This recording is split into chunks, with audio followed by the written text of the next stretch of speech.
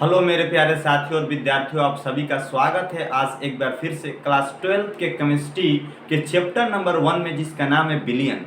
Billion का part 1 हो चुका है। आज की क्लास पार्ट 2 की होगी। अगर आपने पार्ट 1 नहीं देखा है तो पार्ट 2 को देखने से पहले पार्ट 1 को अवश्य देखें। आइए देखते हैं आज का क्या टॉपिक है। तो आज के टॉपिक में हम लोग बिलियन, जो जबरदस्त आपको अंक दिलाकर जाता है, इसको आज हम लोग देखेंगे कि इसमें सबसे इम्पोर्टेंट बातें क्या क्या हैं। आज की क्लास में आपकी थियरी की पूरी क्लासेस समाप्त हो जाएंगी। जैसा कि आप देख पा रहे हैं, यहाँ पे हम लोग समझने की कोशिश करते हैं कि पहला आपका हेडिंग है मूललता। आप मूललता अपने कॉपी में पूरी अच्छी तरह से मूललता हेडिंग बनाएंगे और इसको देखेंगे मूललता क्या होता है। तो 1 किलोग्राम विलायक, विलायक का मतलब क्या हो गया, बी, यानी 1 किलोग्राम विलायक में उपस्थित, विलायक का मतलब यहाँ पे हो गया ए, यानी 1 किलोग्राम विलायक में उपस्थित जो विलेय यानी बी के मोलों की संख्या होती है, उसी को हम लोग कहते हैं मूललता। क्या बोलेंगे? मूललता। मूललता को ज्ञात करने के लिए फार्मूला होता है कि विलेय के मोलों की संख्या बटा में विलायक का भाग इन किसमें, केजी में, तो NB इक्वल टू WB बटा में NB इंटू WA पर किसमें हो जाएगा, केजी में। इस प्रकार से हम लोग मूललता को ज्ञात करते हैं। मूललता M इक्वल टू फार्मूला होता है WB बटा में MB बाई WA, यानी विलायक का भाग इन किसमें, केजी में। मूललता का मात्रक होता है मोल प्रति केजी। बिल्कुल इसको याद रखे रहेंगे। अब देखते हैं अगला हेडिंग आप लोग बनाएंगे, नॉर्मलता क्या होता है। नॉर्मलता की डिफिनीशन आप क्लास 11th में भी पढ़े होंगे कि 1 लीटर बिलियन में उपस्थित जो विलेय के ग्राम तुल्यांकों की संख्या होती है, उसी संख्या को हम लोग नॉर्मलता कहते हैं। नॉर्मलता N इक्वल टू फार्मूला होता है ग्राम में तुल्यांक बटा में बिलियन का आयतन इन किसमें, लीटर में। तो ग्राम में तुल्यांक यानी WB बटा में EB, ग्राम में तुल्यांक बराबर होता है विलेय का भार बटा में विलेय का तुल्यांकी भार इंटू बिलियन का आयतन किसमें होगा, लीटर में होगा। इस प्रकार से हम लोग तुल्यांकी भार को, इस प्रकार से हम लोग नॉर्मलता को ज्ञात करते हैं। तो नॉर्मलता का मात्रक होता है, यानी नॉर्मलता को ज्ञात करने के लिए आपको तुल्यांकी भार ज्ञात करने के लिए आना चाहिए। नॉर्मलता का मात्रक होता है ग्राम इंटू इक्विवेलेंट पर लीटर, यानी कह सकते हैं ग्राम इंटू तुल्यांकी भार प्रति लीटर होता है। अब देखते हैं विद्यार्थियों, सबसे इंपॉर्टेंट टॉपिक है आपका मूल प्रभाज, जिसको चाई के नाम से जानते हैं। अपने कॉपी में हेडिंग बनाएंगे कि मूल प्रभाज किसे कहते हैं, यानी किसी भी घटक का मूल प्रभाज उस घटक के मोलों की संख्या तथा कुल मोलों की संख्या के अनुपात के बराबर होता है। इस प्रकार से हम लोग मूल प्रभाज ज्ञात करते हैं। तो मूल प्रभाज चाई A बराबर होता है Na बटा में Na प्लस का होगा Nb, या चाई B बराबर होता है Nb बटा में Na प्लस का होगा Nb होता है।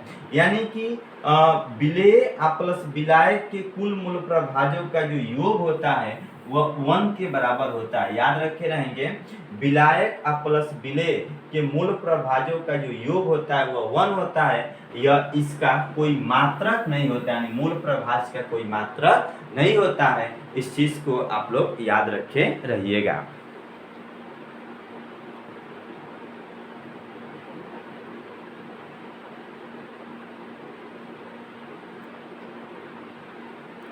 अब चलिए आगे चलते हैं। आगे हम लोग देखते हैं क्या है। सबसे इंपॉर्टेंट है, यहाँ पे आप अपने स्क्रीन पे देख पा रहे होंगे कि विलेयता की डिफिनीशन। ये विलेयता क्या चीज होती है। अगर विद्यार्थियों हम विलेयता की बात करें कि विलेयता क्या चीज है, तो किसी भी पदार्थ की वह अधिकतम मात्रा जो निश्चित ताप पर 100 ग्राम विलायक में घुल जाती है। यानी कह सकते हैं कि विलेयता वह है जो किसी भी पदार्थ की वह अधिकतम मात्रा होती है जो निश्चित टेम्परेचर पर 100 ग्राम विलायक में घुल जाती है, तो उसी को हम लोग विलेयता के नाम से जानते हैं। अब यहाँ पे विलेयता के प्रकार देखेंगे। जैसे यहाँ पे हम बताना चाहते हैं आपको कि गैसों की विलेयता क्या होती है, यानी गैसों की द्रव में विलेयता क्या होती है। यानी कोई गैस है जो द्रव में किस प्रकार से विलेय है, तो गैसों की द्रव में विलेयता क्या है। देखिए, जो गैस जल के साथ क्रिया करती है या जिस गैस का अवशोषण गुणांक अधिक होता है वह जल में अधिक घुलनशील होती है, तो उस प्रकार उसे हम लोग कहते हैं गैसों की द्रव में विलीयता। याद रखेंगे विद्यार्थियों, जो गैस जल के साथ अधिक क्रिया करती है या जिस गैस का अवशोषण गुणांक अधिकतम होता है वह जल में अधिक घुलनशील होती है, उसी को हम लोग गैसों की द्रव में विलीयता कहते हैं। अब देखेंगे जैसे कौन कौन सी गैस है जो द्रव में विलेय है। जैसे आपका CO2 कार्बन डाइऑक्साइड हो गया, आपका HCl हो गया, ये सब जो भी गैसें हैं ये द्रव में क्या है, विलेय है, यानी इनका अवशोषण गुणांक क्या होता है, अधिक होता है। इसका उल्टा भी सही होता है कि कह सकते हैं जिन गैसों का अवशोषण गुणांक कम होता है, यानी जो जल में कम घुलनशील होती हैं, उनको भी कहते हैं गैसों की द्रव में विलीयता। जैसे आपकी कौन सी गैस है, ऑक्सीजन गैस हो गई, ऑक्सीजन हो गया। अब देखिए, अब वेरी इंपॉर्टेंट आपका टॉपिक आ गया जिसको कहते हैं हेनरी का नियम। हेनरी का नियम लगभग आपके बोर्ड एग्जाम के लिए बहुत ही बेस्ट इंपॉर्टेंट टॉपिक है कि हेनरी का नियम क्या होता है। अगर इस चीज को हम लोग समझने की कोशिश करें कि हेनरी का नियम क्या है, तो विद्यार्थियों याद रखिएगा, जब ताप स्थिर हो यानी टेम्परेचर बिल्कुल का हो, कांस्टेंट हो, यानी स्थिर ताप पर किसी भी गैस की द्रव में जो विलीयता होती है गैस के दाब के समानुपाती होती है। यानी कहने का यह मतलब है कि गैसों की द्रव में विलीयता गैस के दाब के क्या होती है, समानुपाती होती है। यानी टेम्परेचर स्थिर हो तब, यानी small m is proportional to का होता है P होता है। और प्रोपोर्शनल को हटाने के लिए, यहाँ पे प्रोपोर्शनल को हटाने के लिए एक हम स्थिरांक लगाते हैं जिसको K कहते हैं। तो स्मॉल m बराबर होता है K इंटू P। यानी जो आपको स्मॉल m दिखाई दे रहा है वह घुली हुई गैस की मात्रा है, और जो आपका P है वह गैस का दाब है, और जो हम लोगों का K है यह एक प्रकार का स्थिरांक है। तो इसी नियम को कहते हैं हेनरी का नियम। किसका नियम कहेंगे, हेनरी का नियम। तो याद रखे रहना, हेनरी का नियम क्या है, तो स्थिर ताप पर किसी गैस की द्रव में जो विलीयता होती है वो गैस के दाब के समानुपाती होती है।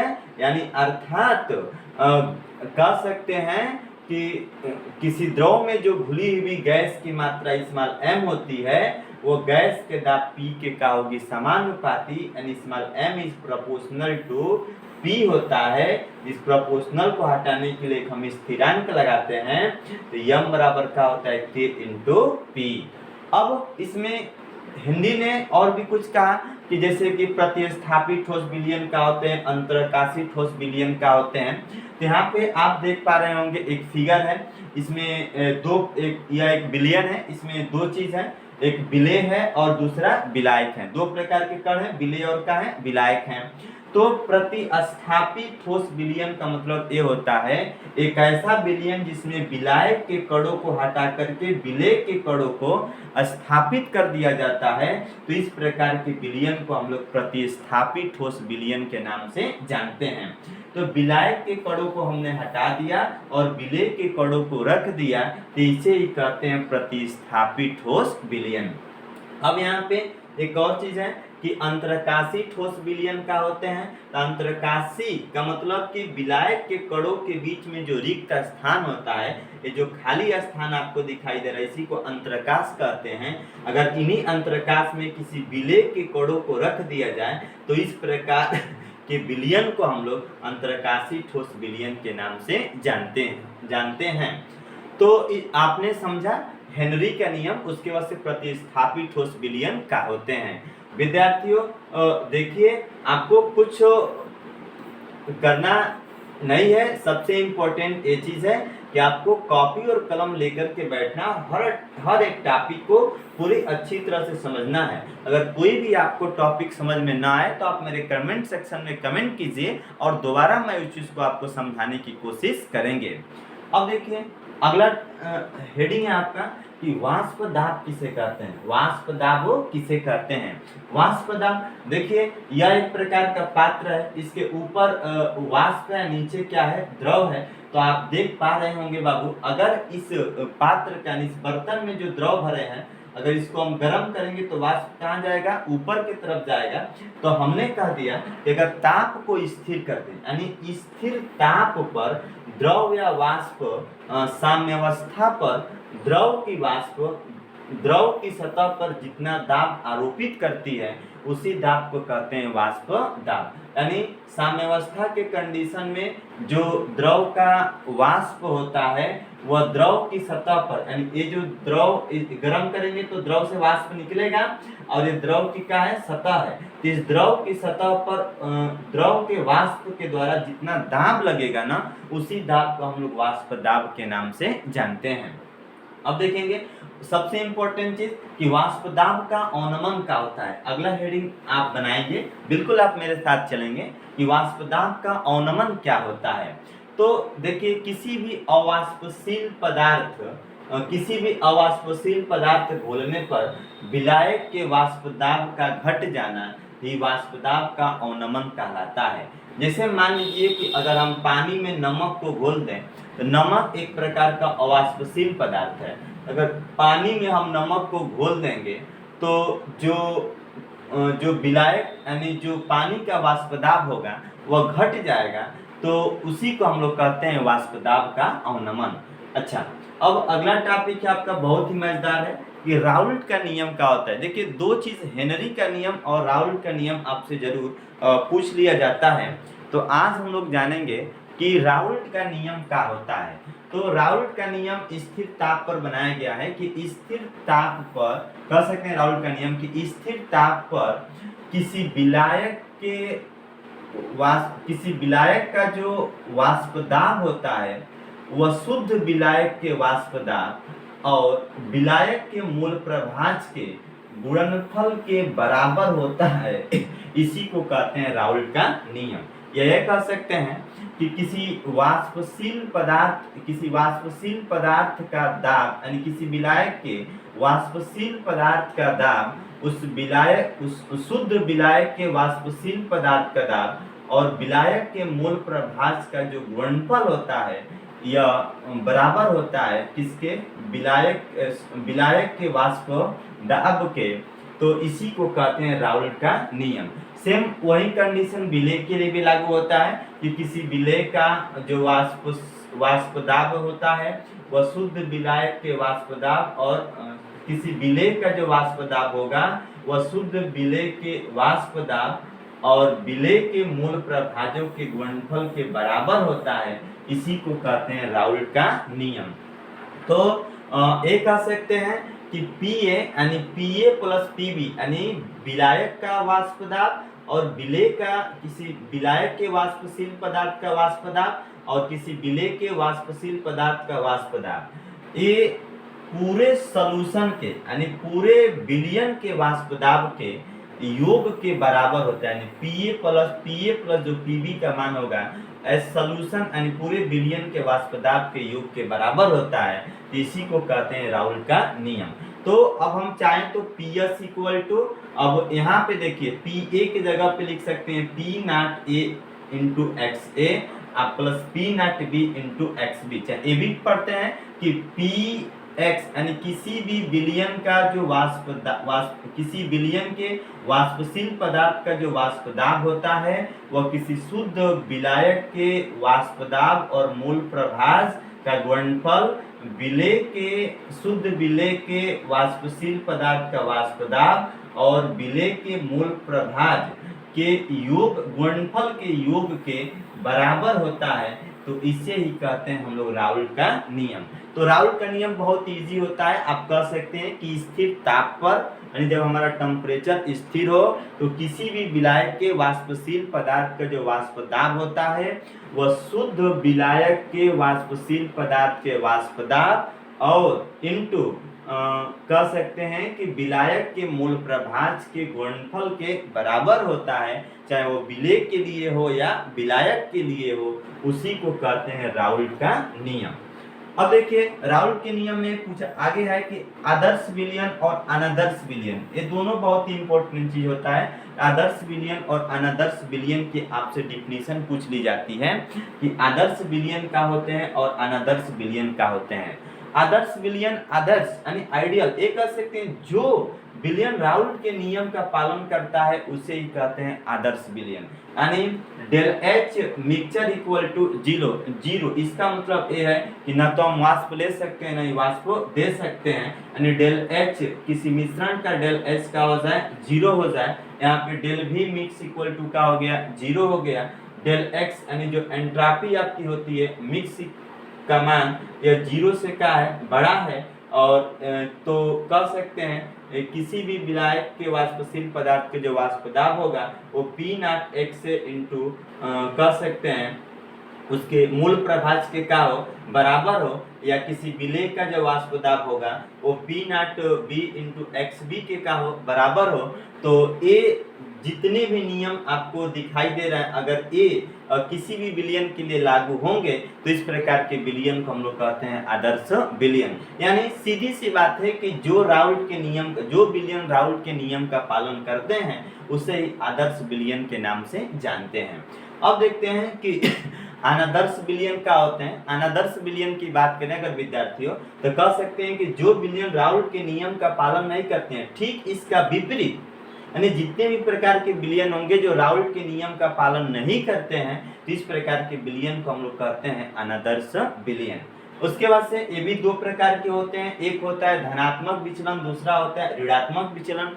धनात्मक विचलन क्या होते हैं, यदि किसी विलयन में डेल्टा एच मिक्स का मान जीरो से बड़ा हो, या डेल भी मिक्स का मान जीरो से का हो बड़ा हो, या P0 XA इंटू जो विलायक का जो मूल प्रभाज हो वो किसी वाष्पशील पदार्थ के विलायक के मूल प्रभाज से का हो, इसका गुणनफल इससे का हो बड़ा हो, चाहे इसका गुणनफल इससे का हो बड़ा हो, तो इस प्रकार के विचलन को हम लोग धनात्मक विचलन के नाम से जानते हैं। और ठीक इसी का उल्टा होता है ऋणात्मक विचलन, जिसमें डेल एच मिक्स का मान यानी जो हमारी जो हीट होगी वो जीरो से का हो जाए छोटा हो जाए, जो डेल भी मिक्स होगा ए भी जीरो से का हो जाए छोटा हो जाए, ए भी जीरो से का हो जाए छोटा हो जाए, और ए वाला यानी किसी शुद्ध विलेय का जो वाष्प दाब और विलेय का जो मूल प्रभाज होता है इसका गुणनफल किसी विलेय के वाष्पशील पदार्थ के वाष्प दाब से ए वाला ए का हो जाए छोटा हो जाए। इस प्रकार के विचलन को कहते हैं ऋणात्मक विचलन,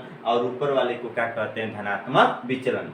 तो हमें पूरी उम्मीद होगी कि आज के क्लास में आपको राउल्ट का नियम, आदर्श विलयन, अनादर्श विलयन, धनात्मक विचलन और ऋणात्मक विचलन समझ में आया होगा। बिल्कुल एक केमिस्ट्री सीखने का बिल्कुल शार्ट तरीका है, इससे कुछ शार्ट नहीं हो सकता है, और आप इसको पूरी अच्छी तरह से अपने कॉपी में नोट कीजिए और नोट करके अच्छा अंक अर्जित आपको करेंगे। अब देखते हैं विद्यार्थियों इसमें हम लोग आगे की जो क्लास होगी, आज के क्लास में पूरा आपका विलयन का जो थियरी होगा वो समाप्त हो जाएगा।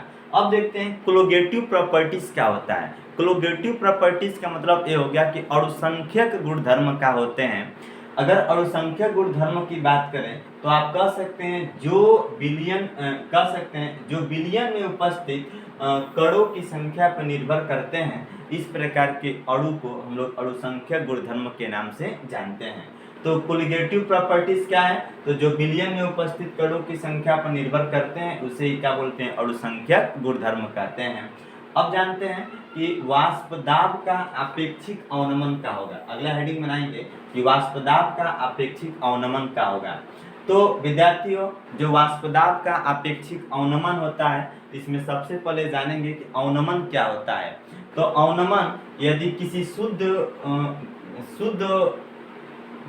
शुद्ध विलयन का जो वाष्प दाब होगा वह ऐसे कह सकते हैं कि शुद्ध जो वाष्प दाब होगा और किसी शुद्ध विलयन के वाष्प दाब का जो अंतर होगा, इसी अंतर को हम लोग अवनमन के नाम से जानते हैं।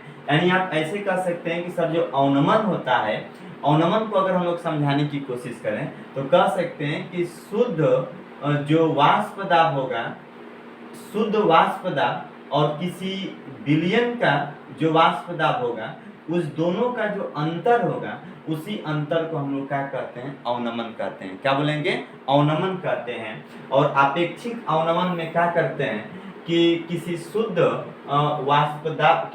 पदार्थ के वाष्प दाब में अगर विलयन के वाष्प दाब को हम घटा के शुद्ध वाष्प दाब से भाग दे दें, तो इस प्रकार के अवनमन को हम लोग आपेक्षिक अवनमन के नाम से जानते हैं। यानी अवनमन में जो अवनमन होता है पी नाट माइनस पी एस में अगर हम पी नाट से भाग देते हैं तो इस प्रकार के अवनमन को हम लोग आपेक्षिक अवनमन के नाम से जानते हैं। यानी किसी भी शुद्ध विलायक का वाष्प दाब माइनस किसी विलयन का वाष्प दाब और बटा में शुद्ध विलायक का जो वाष्प दाब होता है, इसी को हम लोग कहते हैं आपेक्षिक अवनमन।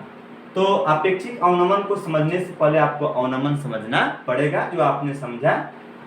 अब देखते हैं कि राउल्ट का नियम क्या होता है। तो राउल्ट का नियम अभी हमने आपको समझाया, हेनरी का नियम। इसके बाद जानते हैं कि राउल्ट का नियम क्या होता है। तो राउल्ट का नियम एक और है कि किसी अवाष्पशील विलेय के लिए, तो किसी भी अवाष्पशील विलेय के लिए राउल्ट का नियम क्या होता है कि विलायक के वाष्प दाब का जो आपेक्षिक अवनमन होता है यह विलेय के मूल प्रभाज के बराबर होता है। तो इसी नियम को कहते हैं राउल्ट का नियम। तो जैसे किसी भी विलायक का जो वाष्प दाब होगा वो किसी विलयन, ऐसे कह सकते हैं कि पी नाट, अभी आपने देखा कि जो आपेक्षिक अवनमन पी नाट माइनस पी एस बटा में पी नाट, यानी कि कह सकते हैं जो शुद्ध विलायक का जो वाष्प दाब होगा और किसी विलयन के वाष्प दाब के अंतर में अगर शुद्ध विलायक के वाष्प दाब, अगर शुद्ध विलयन के वाष्प दाब से अगर हम भाग दे दें तो इसी को भाग दे दें तो यह बराबर होता है स्मॉल n बटा में capital N plus small n, यानी विलेय के मूल प्रभाजों के क्या होता है, बराबर होता है। तो इसी को हम लोग कहते हैं राउल्ट का नियम। अब देखिए n small n by capital N plus small n ये बराबर होता है किसके, अति तनु विलयन के, और अति जो तनु विलयन होते हैं स्मॉल n बाई क्या होता है, कैपिटल N हो जाता है। अब देखते हैं, ये तो आपका रहा राउल्ट का नियम। अब देखेंगे कि क्वथनांक में उन्नयन क्या होते हैं। तो क्वथनांक में अगर हम उन्नयन को समझाने की आपको कोशिश करें तो आप कह सकते हैं कि विलेय में ऐसे बोल देंगे कि किसी विलायक में अथवा विलेय मिलाने पर जो क्वथनांक होता है वह बढ़ता है, उसी को हम लोग कहते हैं क्वथनांक में अवनमन। ठीक है, क्या बोलेंगे, क्वथनांक में अवनमन। यह बोल लीजिए कि विलायक में जो आपेक्षिक अवनमन या विलेय मिलाने पर क्वथनांक का होता है, बढ़ जाता है, तो इसी को हम लोग कहते हैं क्वथनांक में उन्नयन। क्या बोलेंगे, क्वथनांक में उन्नयन। अब देखिए, देखते हैं कि मूलल उन्नयन स्थिरांक क्या होते हैं। तो मूलल अगर उन्नयन स्थिरांक की बात करें, जिसको हम लोग केबी से प्रदर्शित करते हैं, तो जो मूलल उन्नयन स्थिरांक केबी होता है, इसकी डिफिनीशन होती है कि 1000 ग्राम यानी 1 kg यानी 1000 ग्राम विलायक में विलेय का जो 1 मोल घोलने पर जो क्वथनांक में वृद्धि होती है, उसी वृद्धि को हम लोग कहते हैं मूलल उन्नयन स्थिरांक कहते हैं। तो मूलल उन्नयन स्थिरांक डेल टीबी बराबर होता है केबी इंटू स्मॉल m। तो जो आपका केबी है इसी को कहते हैं मूलल उन्नयन स्थिरांक, यानी 1000 विलायक में उपस्थित विलेय का जो 1 मोल घोलने पर जो क्वथनांक में वृद्धि होती है, उसी को मूलल उन्नयन स्थिरांक कहते हैं। तो मूलल उन्नयन स्थिरांक और जो मूललता होता है, इन दोनों का जो गुणनफल होता है, इसी गुणनफल को हम लोग डेल्टा टीबी के नाम से हम लोग जानते हैं। अब यहाँ पे देखते हैं कि यानी मूल डेल्टा टीबी के नाम जानते हैं तो हो गया। अब देखते हैं हम लोग कि स्मॉल m यानी मूलल उन्नयन स्थिरांक के संदर्भ में एक और यहाँ पे फार्मूला निकल कर आता है कि किसी माने अणु भार बराबर होता है, अणु भार m बराबर होता है कि 1000 गुणे केबी इंटू स्मॉल w बटा में डेल टीबी इंटू का होगा कैपिटल W। इस फार्मूले पे आपके न्यूमेरिकल पूछे जाते हैं, हम न्यूमेरिकल भी आपको हल कराएंगे इस वाले सूत्र पर। अब देखते हैं कि हिमांक में अवनमन क्या होता है। तो हिमांक में अवनमन यानी किसी अवाष्पशील विलेय घोलने पर हिमांक का घटना जो किसी भी विलयन में अवाष्पशील विलय को घोलेंगे तो किसी भी कह सकते हैं विलायक में अगर हम अवाष्पशील विलय को मिलाते हैं यानी अवाष्पशील विलय को घोलेंगे तो हिमांक घट जाता है और हिमांक का घटना ही क्या कहलाता है, हिमांक में अवनमन के नाम से जाना जाता है।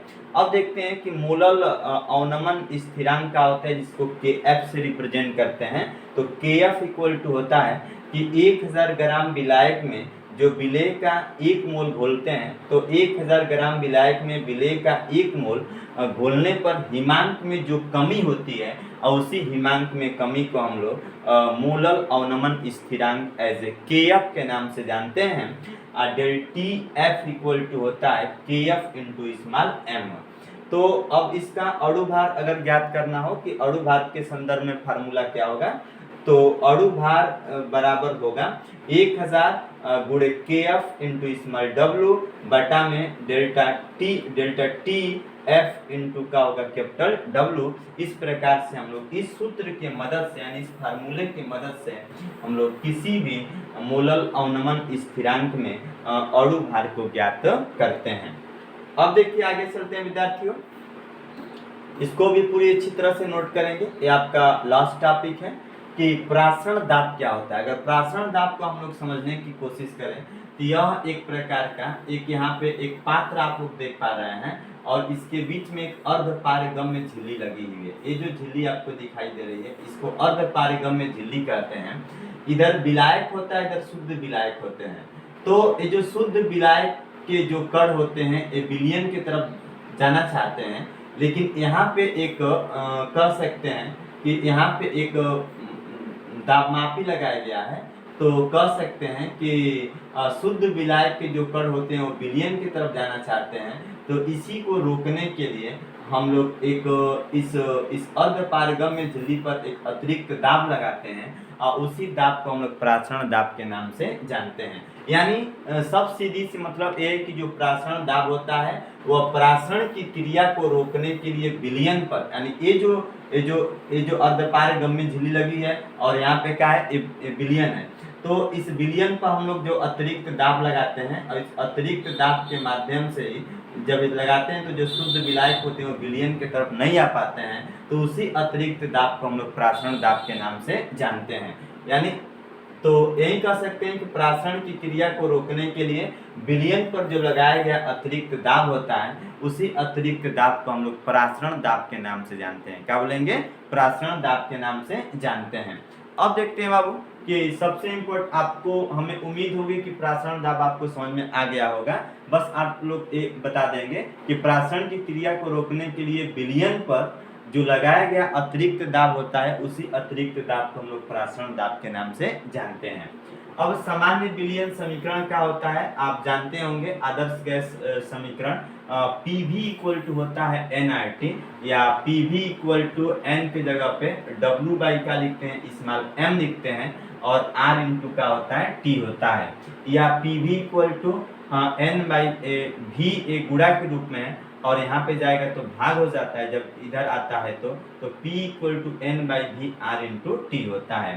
तो P बराबर होता है n बाई वी के जगह पे हम चाहें तो लिखते हैं कैपिटल M, यानी यह आपका कैपिटल M हो जाएगा। तो P बराबर हो गया capital M R into T, और जो आपका कैपिटल M होता है बराबर होता है किसके, सांद्रता C के, यानी P बराबर होता है क्या, CRT। P बराबर क्या होगा, CRT होता है। तो इस प्रकार के समीकरण को हम लोग कहते हैं सामान्य विलयन समीकरण। बस P by n by V की जगह पे चाहे M लिखे या चाहे C लिखे तो CRT होता है। इसी समीकरण को कहते हैं सामान्य विलयन समीकरण। अब देखते हैं कि समपरासी विलयन क्या होते हैं। समपरासी विलयन एक ऐसा विलयन जिसमें दोनों तरफ के दाब समान होते हैं, तो इसी विलयन को हम लोग समपरासी विलयन के नाम से जानते हैं। जैसे P1 बराबर हो गया P2, P1 इक्वल टू होता है N1 बाई V1 और P2 इक्वल टू होता है N2 बाई V2। तो N1 V1 N2 V2 का जो मान होता है ये बराबर होता है M1 बराबर किसके, यह मान होगा N1 V1 बराबर M1 होता है और N2 V2 बराबर M2 होता है। यह एमोन किसके बराबर होगा? सांद्रता C के। तो C1 बराबर क्या होता है? C2। तो इस प्रकार के विलयन को क्या कहते हैं? संप्रासरी विलयन के नाम से जानते हैं। एक ऐसा विलयन जिसमें दोनों तरफ की जो सांद्रताएं होती हैं यानी C1 और C2 का जो मान इक्वल होता है, इस प्रकार के विलयन को संप्रासरी विलयन के नाम से जानते हैं। विद्यार्थियों, आज की क्लास पूरा जो आपका विलयन था, विलयन की जो क्लास है वो संपूर्ण रूप से समाप्त